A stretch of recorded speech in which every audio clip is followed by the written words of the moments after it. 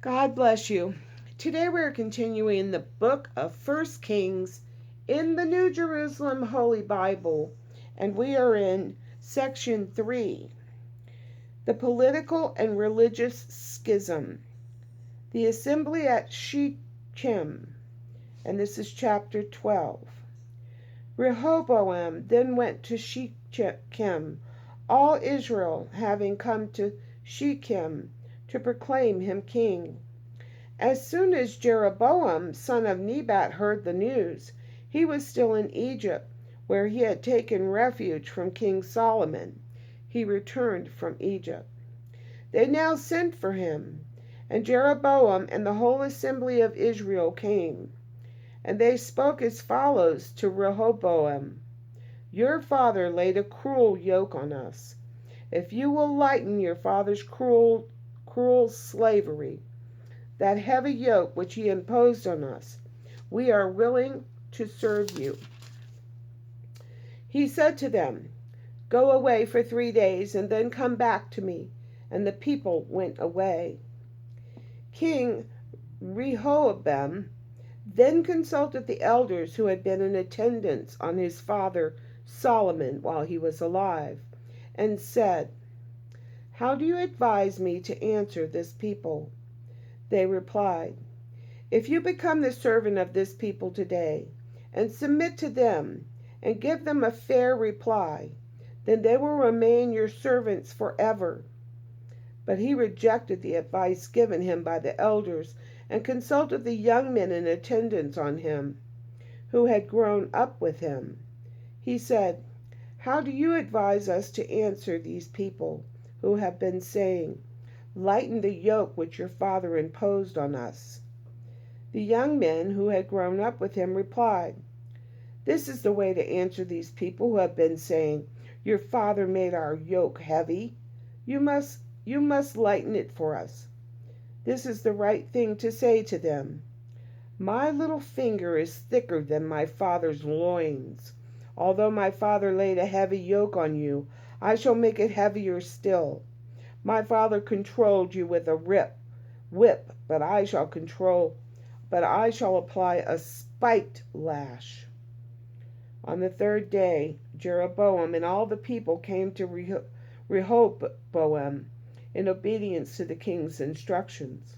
Come back to me in 3 days' time. And the king gave the people a harsh answer, rejecting the advice given him by the elders, and speaking to them as the young men had recommended. My father made your yoke heavy. I shall make it heavier still. My father controlled you with a whip, but I shall apply a spiked lash.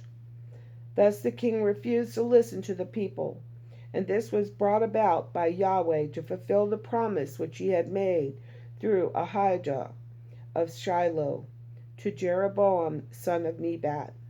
When all Israel saw that the king refused to listen to them, the people answered the king thus: What snare have we in David? No heritage in the son of Jesse. Away to your tents, Israel.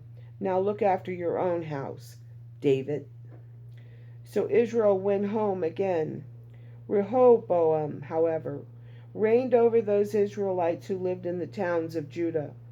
When King Rehoboam sent Adoram, who was in charge of forced labor, all Israel stoned him to death, while King Rehoboam managed to mount his chariot and escape to Jerusalem. And Israel had remained in rebellion against the house of David from that day to this. The political schism. When all Israel heard that Jeroboam had returned, they summoned him to the assembly and made him king of all Israel. No one remained loyal to the house of David except the tribe of Judah. When Rehoboam reached Jerusalem, he mustered the whole house of Judah and the tribe of Benjamin, 180,000 picked warriors, to fight the house of Israel and win back the kingdom for Rehoboam, son of Solomon. But the word of Yahweh came to Shemaiah, man of God. Say this to Rehoboam, son of Solomon, king of Judah, to the whole house of Judah, to Benjamin, and to the rest of the people. Yahweh says this: Do not go and make war on your brothers, the Israelites. Let everyone go home, for this is my doing. They obeyed the command of Yahweh and turned back in accordance with his word. Jeroboam fortified Shechem in the mountain country of Ephraim and made that his residence. Then, leaving there, he fortified Penuel. The religious schism. Jeroboam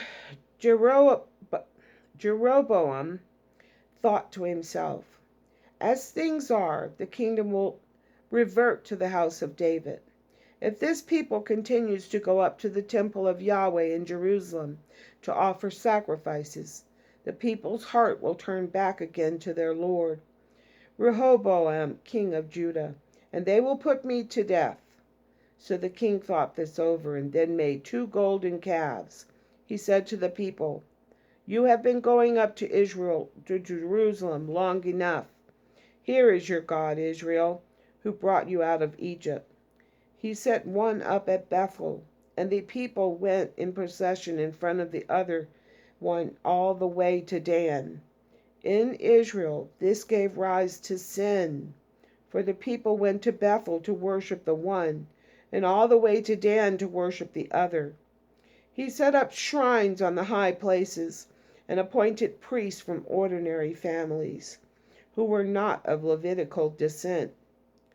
Jeroboam also instituted a feast in the 8th month, on the 15th day of the month, like the feast kept in Judah, when he offered sacrifices on the altar.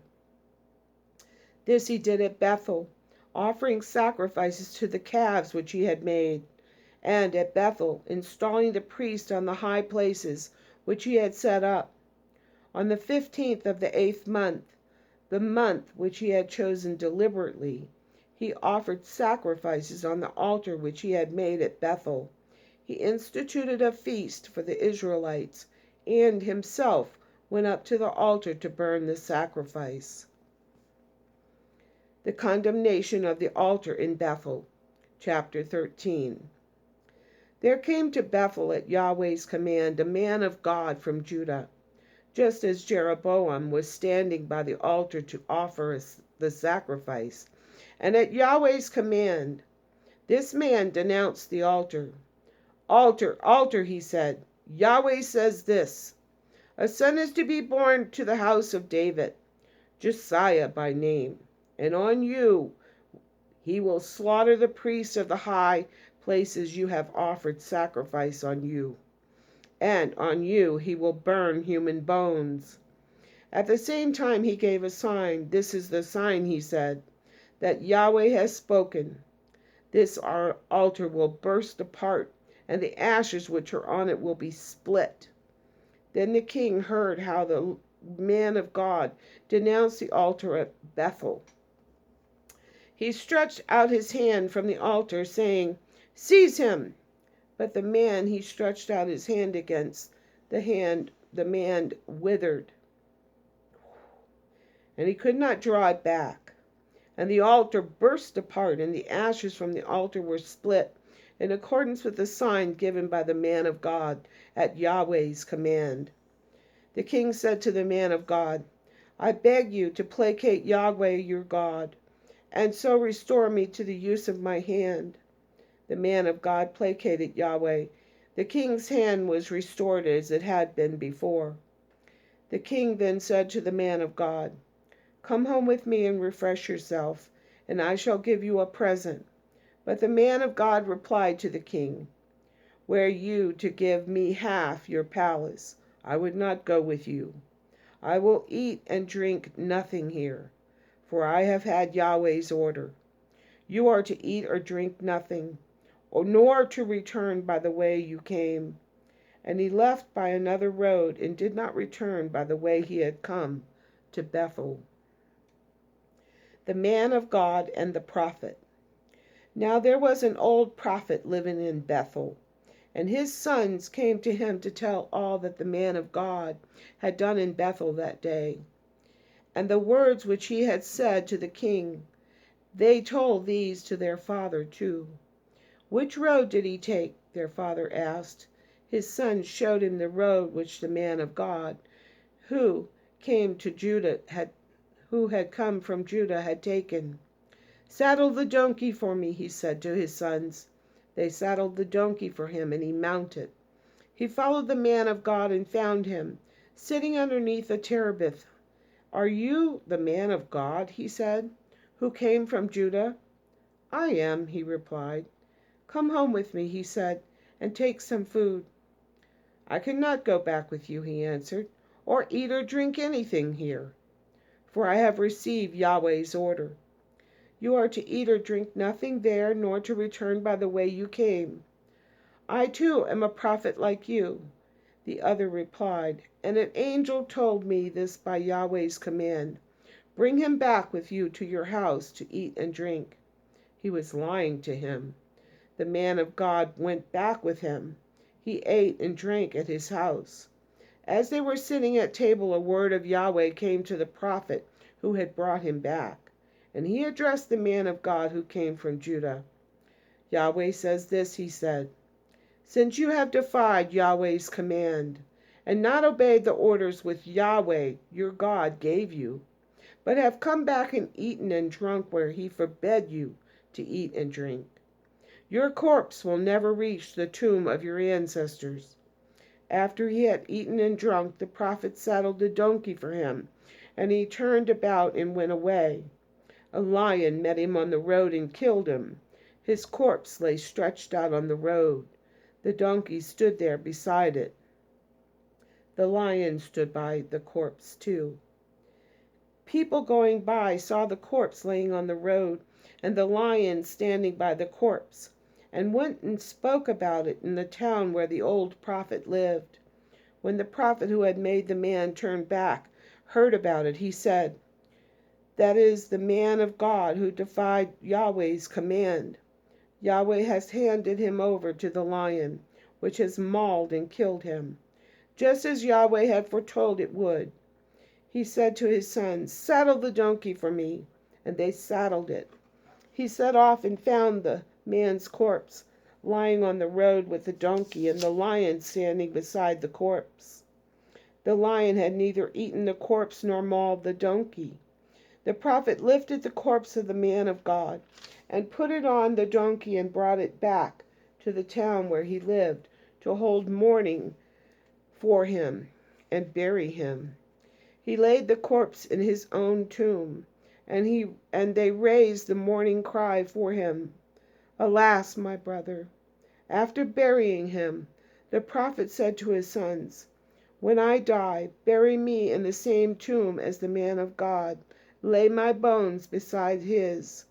For the word he uttered at Yahweh's command against the altar of Bethel and against the shrines of the high places in the towns of Samaria will certainly come true.